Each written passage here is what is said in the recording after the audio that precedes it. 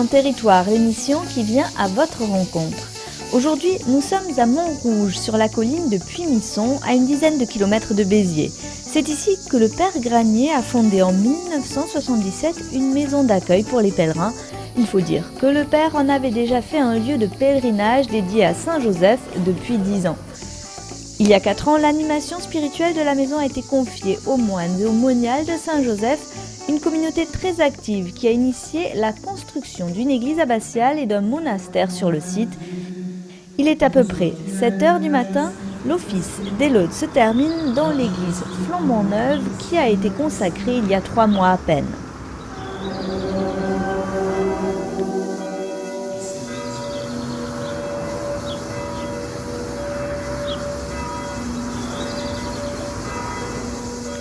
Et ici, le minimum du mort, c'est précisément Dieu, qui d'un côté agit, de l'autre côté se reflète dans l'esprit.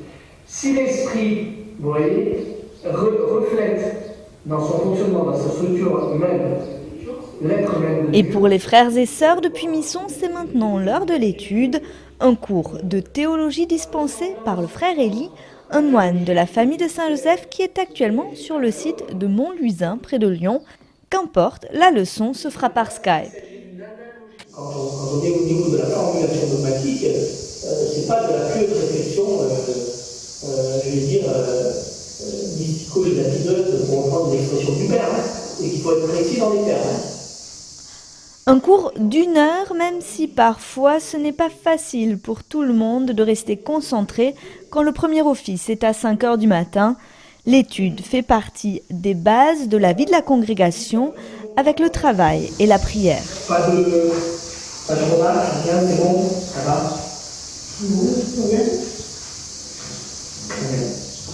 Je confie en vous à Saint-Joseph, au cœur de nous.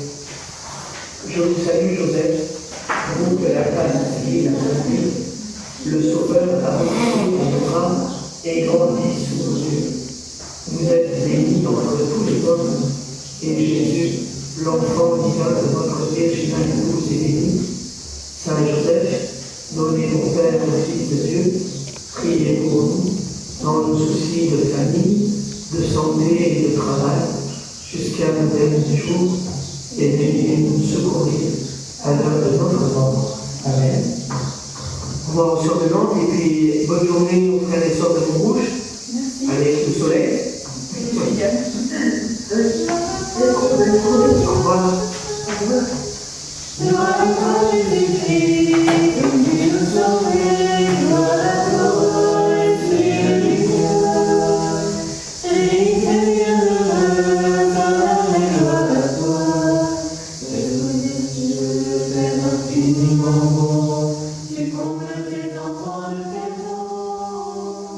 Après l'étude, chacun se met au travail. Sœur Catherine se dirige vers la boutique du site. C'est en partie là qu'elle travaille.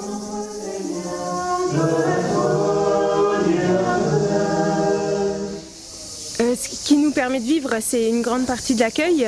Nous accueillons des retraites de Lectio Divina et des retraites de guérison intérieure. Et puis aussi, c'est tout ce qui est la commercialisation des conférences qui sont données par le Père Verlinde, ainsi que l'artisanat monastique que nous pouvons produire ici même. Et sœur Catherine fait aussi partie de l'équipe de PAO de la fraternité monastique. Elle réalise par exemple les jaquettes des CD produits et vendus ici. Est-ce que... Je suis étonnée parce que ça et ça c'est la même image. Oui, mais est-ce que vous avez fait des mises à jour sur... Mais aujourd'hui, il y a un petit problème de résolution. Il n'a pas pris en compte l'affichage haute définition que j'avais mis par là, ou je sais pas. Car malgré la bure, le voile et le scapulaire, ici on parle pixels, mise à jour et problèmes d'ordinateur comme dans n'importe quel bureau. Sœur Catherine a 28 ans, elle a grandi avec un ordinateur et un accès Internet. Oui, c'est vrai que souvent on a l'image de communautés qui sont un peu austères avec des religieux qui sont âgés. Nous avons cette chance d'avoir appris à utiliser tous ces outils-là. Je pense à Skype ou je pense à Internet pour beaucoup avant d'entrer au monastère. Et donc finalement, on les utilise naturellement. Je dis pas qu'on les a eus dans le biberon, mais on a grandi avec et donc ça nous est familier.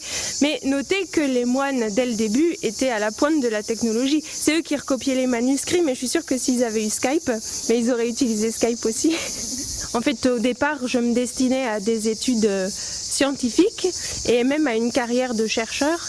Et en fait, voilà, j'ai entendu l'appel du Seigneur et puis j'ai compris que le vrai bonheur était pas forcément dans la réussite professionnelle, ou pas seulement en tout cas, c'était pas complet. Il me manquait ce petit supplément que j'ai trouvé au monastère et en disant oui, c'est là que je suis heureuse.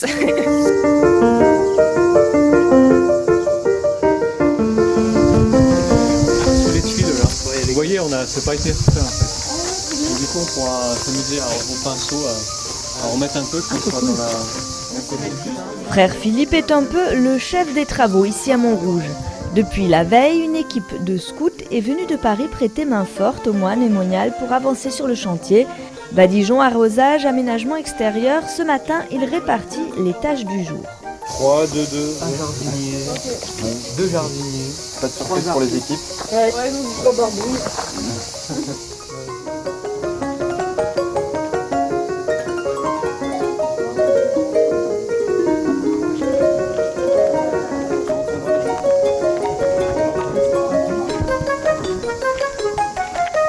On est venu ici avec toute notre équipe, donc il y a William derrière qui travaille, ensuite il y a Aude, Astrid et Ambroise qui sont en train de faire de la chaux, et Philippine et Marie-Solveig qui arrosent les plantes, et donc moi-même Arthur qui aide William. Donc vous faites tous partie de la même équipe de scouts, si j'ai bien compris, une équipe mixte, ce qui est assez rare. Vous avez choisi de venir ici pour quelle raison ? En fait, on devait trouver une occasion de souder l'équipe cet été pour pouvoir partir l'année prochaine à l'étranger en humanitaire.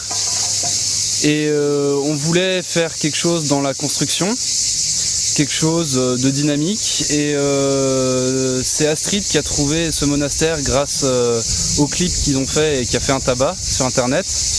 Et on s'est dit pourquoi pas faire de la construction, ça peut être vraiment bien, le cadre a l'air vraiment génial et puis le côté spirituel nous attirait aussi pas mal. Donc moi, est-ce que vous trouvez votre compte sur tous ces aspects-là ? Moi-même, tout ce qui est travaux manuels, j'aime beaucoup et faire ça au service des moines pour construire le monastère pour Dieu, moi ça me plaît pas mal. C'est quelque chose, ce que j'aime bien, c'est que c'est quelque chose de concret. On voit, les moines, eux, peuvent déjà voir leurs résultats. Et construire un monastère, c'est quelque chose de concret. C'est pas comme, je sais pas, déblayer une route. Enfin, on voit pas forcément on voit pas forcément la finalité. Là, il y a vraiment quelque chose de concret. On a un but. Il faut faire un volume de chaux et 2 volumes de poudre. D'accord, ok. Et puis on mélange avec de l'eau, il faut faire assez liquide pour qu'après au pinceau ça s'étale bien, mais pas trop liquide non plus, parce que sinon ça s'étale et on met rien quoi. Okay. Donc il faut doser. Un peu doser. Okay. Et voilà, ça marche bien. Bon, ça marche ? Voilà, très bien. Et bien bon courage.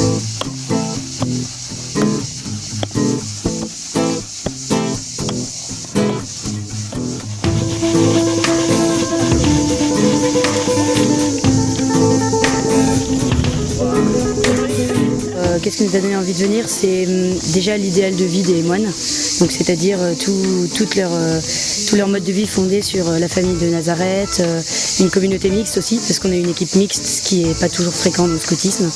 Et puis on était aussi attirés par la construction, découvrir des nouvelles techniques, voilà. Donc on aide à notre façon, on fait les petites mains, c'est pas grand-chose, mais on fait ce qu'on peut. C'est une formidable aventure quand même de construire une église en monastère encore au XXIe siècle. Eh bah oui, justement, c'était une des raisons de notre défi, c'est que on parle beaucoup un peu, des problèmes que rencontre l'Église, la foi, c'est-à-dire qu'il y a un peu des baisses, c'est pas toujours très facile, et donc du coup on s'est dit que si on pouvait aider à notre façon, même si c'était reconstruire une église ou seulement aider un peu, et ben c'était bien.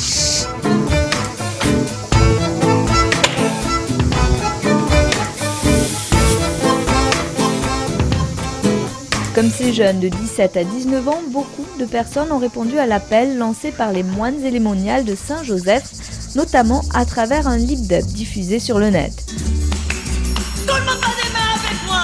Wow, wow, wow, wow. Ton chant. Wow, wow, wow, wow. Encore. Wow, wow, wow, wow. Si j'avais un marteau, je cognerais le jour, je cognerais la nuit, j'y mettrais tout mon cœur. Je bâtirais une ferme, une grange et une barrière, et j'y mettrais mon père, ma mère, mes frères et mes sœurs. Oh, oh, ce serait le bonheur.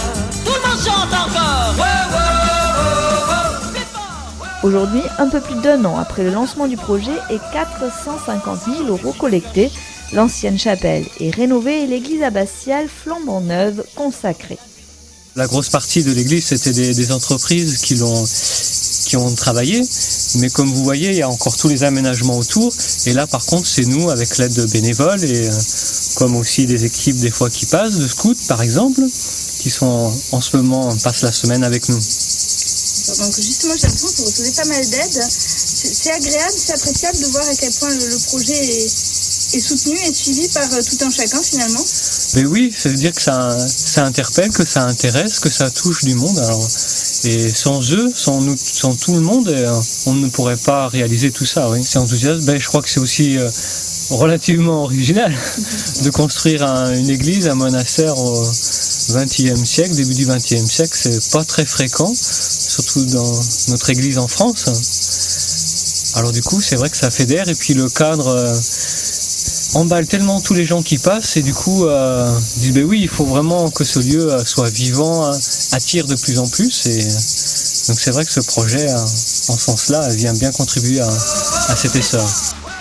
Reste maintenant à lever les fonds pour financer la construction du monastère Saint-Joseph, un chantier de 3,7 millions d'euros.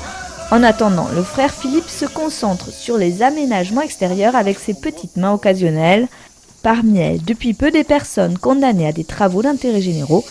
Cette conseillère en insertion et probation est d'ailleurs passée présenter un nouveau candidat pour la semaine suivante. En tout, environ 1500 heures de tiges seront consacrées aux travaux sur le site. De la main-d'œuvre gratuite, certes, mais aussi l'occasion de donner une dimension sociale au projet. Et c'est sûr que de pouvoir en même temps, par exemple, pour tous ceux qui viennent pour les travaux d'intérêt généraux, effectivement, ça nous aide à la construction, à la réalisation de cette œuvre, mais en même temps, ce qui est très beau et ce qui est riche, c'est de notre côté, on apporte quelque chose de social, puisqu'en accueillant ces personnes, on les accueille dans un cadre. Et du coup, si on peut nous aussi leur apporter quelque chose, souvent c'est des personnes qui sont plus ou moins en difficulté, et si on peut leur redonner confiance, c'est un grand pas pour nous. Il y a déjà eu 2 personnes qui sont venues. Alors il y a déjà 2 personnes qui sont venues, et ça s'est vraiment très très bien passé. Je ne voudrais rien d'autre qu'un marteau, une cloche et une chanson, pour l'amour de mon père, ma mère, mes frères et mes sœurs. Oh oh, ce serait le bonheur.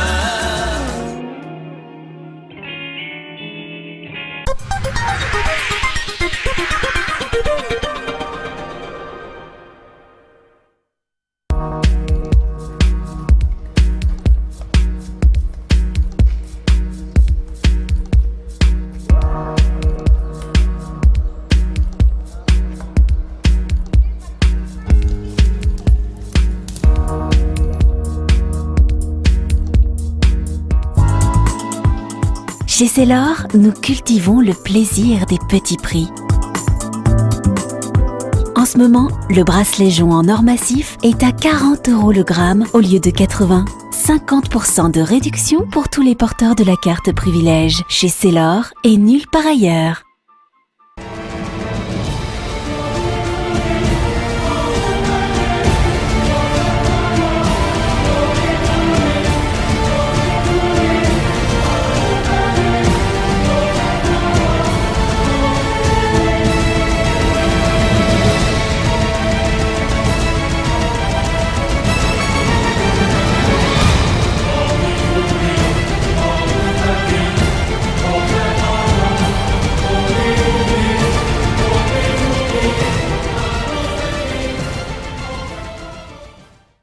Vous vous posez des questions sur votre avenir, celui d'un proche, une question d'ordre sentimental, financier, professionnel ou tout simplement familial. Je suis à votre disposition. Contactez dès à présent Claude Alexis au 0892 65 00 75 0892 65 00 75.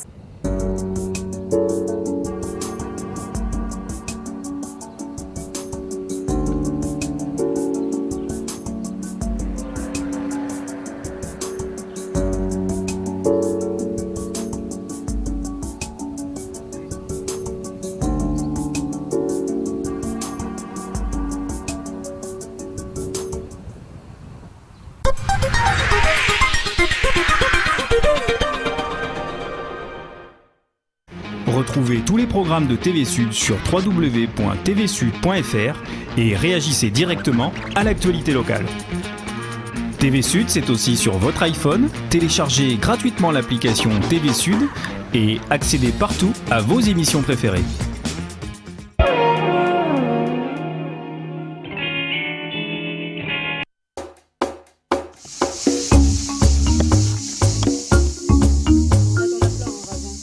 Montrouge, sur les hauteurs de Puy-Misson. Dans les années 70, le père Granier y fait bâtir une chapelle. Le lieu de pèlerinage consacré à Saint-Joseph prend son essor. Aujourd'hui, il accueille 20 000 visiteurs. Je ne voudrais rien d'autre qu'un marteau, une cloche et une chanson. Pour l'amour de mon père, ma mère, mes frères et mes sœurs.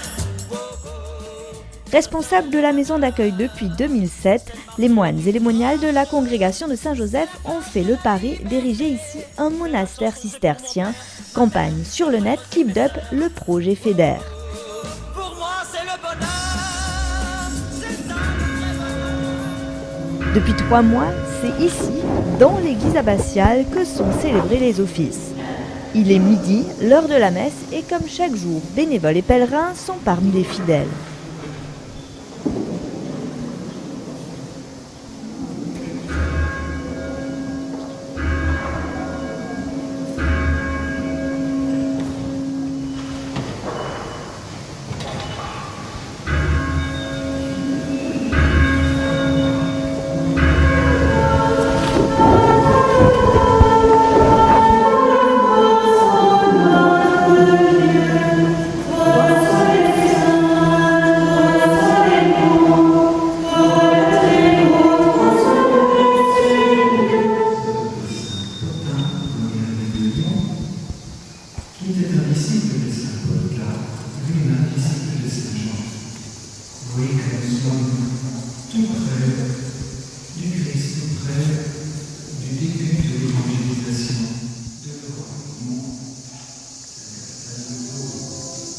De pouvoir avoir participé à la construction de cette église, à avoir sué, à avoir travaillé de ses mains, et ben oui, on prend plaisir à être dans ce lieu, et surtout que ce lieu, il est vraiment, pour ma part, il est vraiment très porteur, on s'y sent bien, on sent qu'il est habité, qu'il a presque une âme, et du coup, de pouvoir célébrer dans ce lieu, c'est vraiment une grande grâce.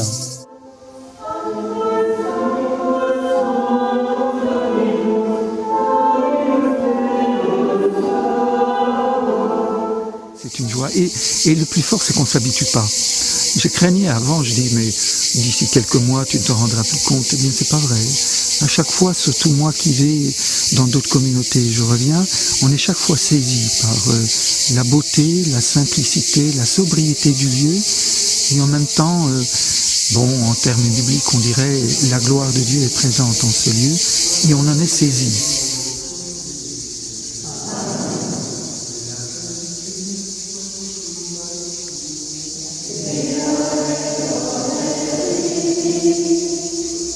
Je crois que c'est aussi que cela correspond à un désir profond. Le beau a toujours attiré. Et ce défi de construire un monastère en style roman, dans ces belles pierres de Beaulieu, quelque chose de très lumineux, tout en étant austère, a tout de suite attiré du monde. Et les personnes se sont proposées tout simplement. Et nous avons constitué une sorte de famille, la famille de Saint-Joseph. Et je crois que c'est une des plus belles choses de ce projet.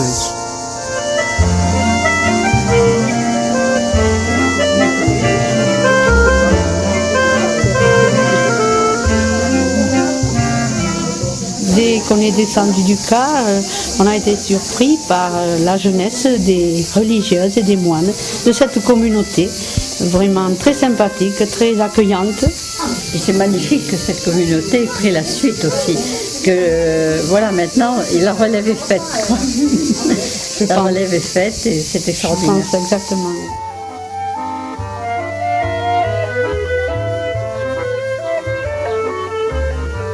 Et en attendant d'avoir réuni les fonds suffisants pour lancer la construction du monastère, les moines et les moniales vivent dans une partie privatisée de la maison d'accueil, la clôture. C'est d'ailleurs là qu'ils prennent leur repas. Mais la tradition d'accueil de la congrégation veut que les bénévoles, les pèlerins et toute autre personne de passage soient accueillis dignement. Il est 13h, l'heure du coup de feu pour sœur Laetitia. Nicole, le chariot qui est là-bas, il y a la machine à coudre. Vous pouvez tout enlever, poser sur la table et on récupère le chariot. Parce que là, ça sonne la gage quand on coupe sur un chariot. Et quand ça commence à arriver là, on sort tous les plats.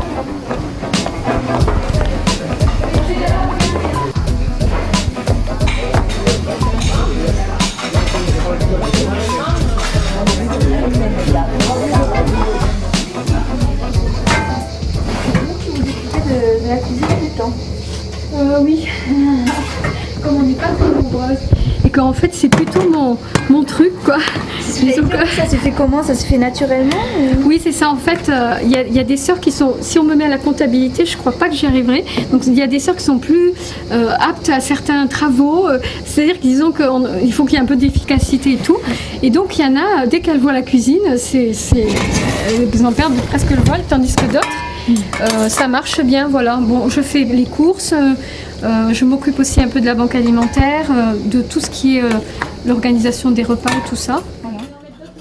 Les monastères cisterciens, c'est un petit peu ça aussi. La règle, c'est d'abord l'accueil des hôtes, qui est vraiment le lieu où on exerce la charité en premier, quoi. Donc que les hôtes soient accueillis tant spirituellement que corporellement. C'est-à-dire qu'ils aient une chambre comme voilà, bien quoi. Enfin avec les moyens du bord parce que on fait avec ce qu'on a aussi.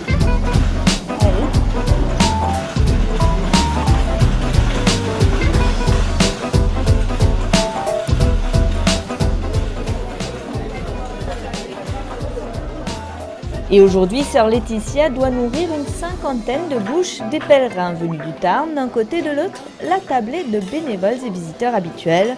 Mais elle n'est pas toute seule ici. Tout le monde donne un coup de main et les bénévoles sont affectés au service du groupe de pèlerins.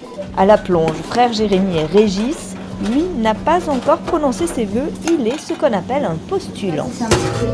Non, en fait, j'étais après un petit passage en milieu psychiatrique, comme je savais pas ce que je voulais faire, bon, peu importe. J'étais en retour vers l'emploi en fait. Du coup, en fait, au sein du retour vers l'emploi, ben voilà, je leur avais dit que j'avais cette retraite et que je voulais un petit peu m'engager. Mais j'étais prêt à partir au niveau professionnel. Et en fait, les formateurs m'ont dit bon, à ce moment-là, d'abord, Régis, tu vas faire ton essai en milieu monastique et puis tu reviendras nous voir si tu as besoin de nous, quoi. Et du coup, je suis pas, pour l'instant, moi, en tout cas, retourné dans le milieu professionnel, quoi, classique. Là, vous êtes bien. Mais c'est vrai que celui de vie, c'est particulier, hein, peut-être, mais je pense que ouais, c'est vraiment un lieu d'épanouissement, même si peut-être qu'il demande. Un certain investissement. Oui. C'est vrai que c'est. C'est ça qui est important. Voilà, c'était important pour moi, ouais, de vivre. Ouais. Ça enlève pas les doutes ou voilà, que sais-je, hein, mais c'est vrai que c'est un lieu qui est à côté de ma convient.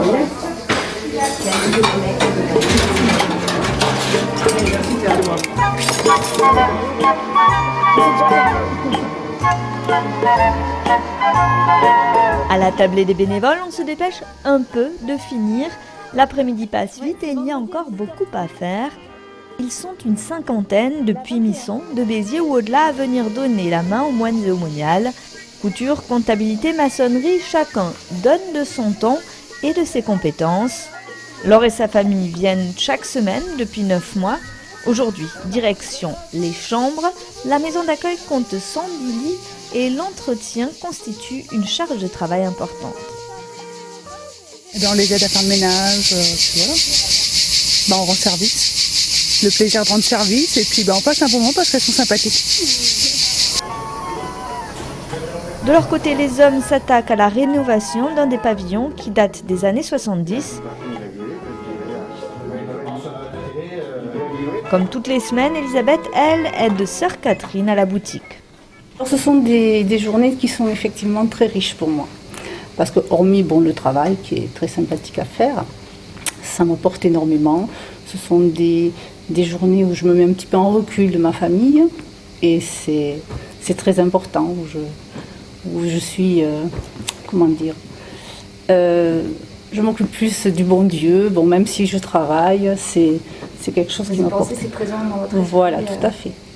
Ça permet de faire un petit retour en arrière sur le quotidien de la vie. Voilà. Vous avez mes étiquettes aussi après? Oui, voilà. C'est génial. Bon. J'ai marqué OK, comme d'habitude. Voilà. Et ce qui n'y est pas, par contre, je ne l'ai pas couché. Parce qu'il y a des livres que je n'ai pas. Voilà, il y a des livres qui sont en principe. On peut regarder?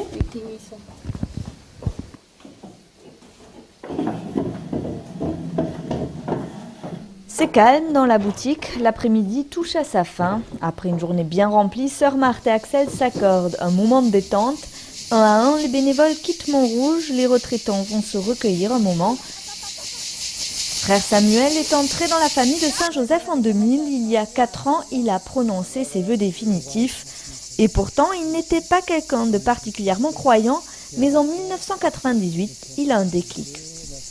C'était vraiment pas la raison, pas l'imagination, mais le cœur. J'ai dit oui. J'ai dit mon oui, mais j'ai quand même posé une condition. Mais j'ai inquiet un peu de savoir la suite, les amis, tout ça, le concret, le matériel, quoi. Et il s'en est très bien occupé. Il m'a dit ne t'inquiète pas, je m'en occupe. Et mes parents étaient heureux quand j'ai ce changement, quoi, car j'ai vraiment fait la rencontre avec un Dieu proche. J'ai encore à chercher à trouver les talents que le Seigneur me donne. Mais c'est déjà d'être à ma place.